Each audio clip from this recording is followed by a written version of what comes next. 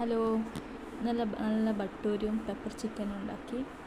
ബട്ടൂരിക്ക് മൈദയും കുറച്ച് ഗോതമ്പും കുറച്ച് പാല്, തൈര്, ഈസ്റ്റ്, ആവശ്യത്തിന് ഉപ്പും ഇട്ടിട്ട് നന്നായി മിക്സാക്കി ഒരു 2 മണിക്കൂർ 2-2.5 മണിക്കൂർ അത് റെസ്റ്റ് ചെയ്യാൻ വെക്കാം. അപ്പോൾ അത് പൊങ്ങി വരും.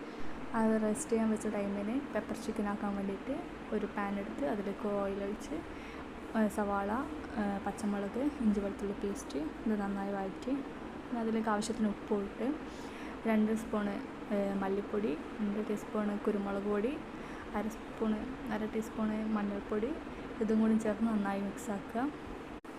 ഇതൊക്കെ ആയിട്ട് നന്നായി മിക്സ് ചെയ്യുക. അങ്ങനെ മസാലപ്പൊടികളൊക്കെ പച്ചമണം മാറുന്നത് വരെ മിക്സ് ചെയ്യുക. മിക്സ് ചെയ്തതിന് ശേഷം ഇതിലേക്ക് നല്ല തൈര് ഒഴിക്കുക, കട്ട തൈര് ഒഴിക്കുക.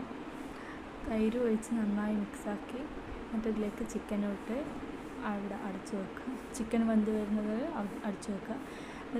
ഇതിലിപ്പോൾ ആവശ്യത്തിന് വെള്ളമുണ്ട്. അങ്ങനെ അതിനൊക്കെ നല്ലോണം വഴറ്റിയെടുത്ത് ഇതിലേക്ക് വെള്ളം കുറച്ച് കുറവുണ്ടെങ്കിൽ നിങ്ങൾക്ക് ചൂടുവെള്ളം ഒഴിക്കുക. അത് കുറച്ച് മാത്രം ഒഴിച്ചാൽ മതി, അധികം നീരിൻ്റെ ആവശ്യമില്ല. അപ്പോൾ ഇവിടെ പെപ്പർ ചിക്കൻ റെഡി. അങ്ങനെ ആ സമയം അവിടെ ബട്ടൂരി നല്ല പൊങ്ങി വന്നിട്ടുണ്ടായിരുന്നു. അത് ട്രയാങ്കിൾ ഷേപ്പിൽ കട്ട് ചെയ്ത് നല്ല എണ്ണയിലിട്ടിട്ട് പൊരിച്ചെടുക്കുക ചെയ്യുന്നത്. ഓരോന്നായിട്ട് ട്രയാങ്കിൾ ഷേപ്പിൽ കട്ട് ചെയ്തിട്ട് ഓരോന്നായിട്ട് പൊരിച്ചെടുത്ത്